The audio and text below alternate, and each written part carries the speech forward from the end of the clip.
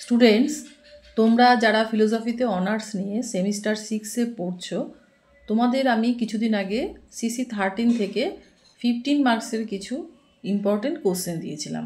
তো এবার তোমাদের আমি বলেছি যে তোমরা 15 মার্কসের কোশ্চেন অ্যান্সারগুলো রেডি করে তারপরে তোমরা 5 মার্কসেরগুলি পড়বে, তাহলে তোমাদের প্রিপারেশানটা খুব ভালোভাবে হবে। অনেক 15 মার্কসের কোশ্চেন করলে 5 মার্কসেরটাও রেডি হয়ে যায়। তো এবার তোমাদের আমি যে সিসি 14 থেকে কোশ্চেনগুলি দিচ্ছি 15 মার্কসের, দেখো কি কি ইম্পর্টেন্ট কোশ্চেন রয়েছে। তো তার আগে দেওয়ার আগে তোমাদের একটা কথা বলে দিই যে তোমাদের এই পোর্শনে রয়েছে ওয়েস্টার্ন এথিক্স। তোমরা সেমিস্টার 5-এ সিসি 12-এ যেমন পড়েছিলে ইন্ডিয়ান এথিক্স, এবার তোমাদের রয়েছে ওয়েস্টার্ন এথিক্স। 15 মার্কসের যে কোশ্চেনগুলি রয়েছে দেখো, নাম্বার 1-এ রয়েছে নীতিবিদ্যার স্বরূপ ও বিষয়বস্তু অর্থাৎ আলোচ্য বিষয় আলোচনা করো। এ প্রসঙ্গে পড়া নীতিবিদ্যা ও ফলিত নীতিবিদ্যার মধ্যে পার্থক্য করো। নাম্বার 2-এ রয়েছে কোনো কাজের উদ্দেশ্য ও অভিপ্রায়ের মধ্যে পার্থক্য কী, উভয়ের মধ্যে কোনটি নৈতিক বিচারের বিষয় তা ব্যাখ্যা করো। নাম্বার 3-তে রয়েছে ঐচ্ছিক ও অনৈচ্ছিক ক্রিয়ার মধ্যে পার্থক্য কী, কয়েক প্রকার অনৈচ্ছিক ক্রিয়া উল্লেখপূর্বক ব্যাখ্যা করো। এসব ক্রিয়া কেন নৈতিক নয়।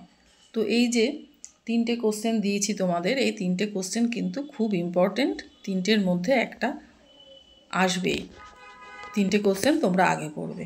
নাম্বার 4-এ রয়েছে জগতে অথবা জগতের বাইরে সদিচ্ছা ব্যতীত আর কিছুই নেই, যাদের নিঃশর্ত ভালো বলা যায়, ব্যাখ্যা করো। 5 কর্ম উপযোগবাদ ও নীতি উপযোগবাদ কাকে বলে, সংক্ষেপে লেখো। কর্ম উপযোগবাদ অপেক্ষা নীতি উপযোগবাদকে কেন অধিকতর গ্রহণযোগ্য মতবাদ বলা হয়। নাম্বার 6 কর্ম উপযোগবাদ ব্যাখ্যা ও বিচার করো। কর্ম উপযোগবাদ ঠিকমতো মানলে এমন অনেক প্রবঞ্চনা, অসত্য ভাষণ, অন্যায় কাজ সমর্থিত হবে যা কোনো সৎ ব্যক্তি সহ্য করতে পারেন না। বিবৃতিটি ব্যাখ্যা করো। নাম্বার 7 শাস্তিতত্ত্ব ব্যাখ্যা করো। শাস্তি সম্পর্কিত মতবাদগুলির মধ্যে কোনটিকে তোমার সন্তোষজনক বলে মনে হয়, উত্তরের সমর্থনে যুক্তি দাও। নাম্বার 8 শাস্তির যৌক্তিকতা আলোচনা করো। প্রাণদণ্ডের পক্ষে ও বিপক্ষে যুক্তিগুলি কি কি। নাম্বার 9 শাস্তি সম্পর্কে প্রতিশোধমূলক মতবাদ ব্যাখ্যা করো। কোন দার্শনিক শাস্তিকে নীতিমূলক পুরস্কার বলেছেন।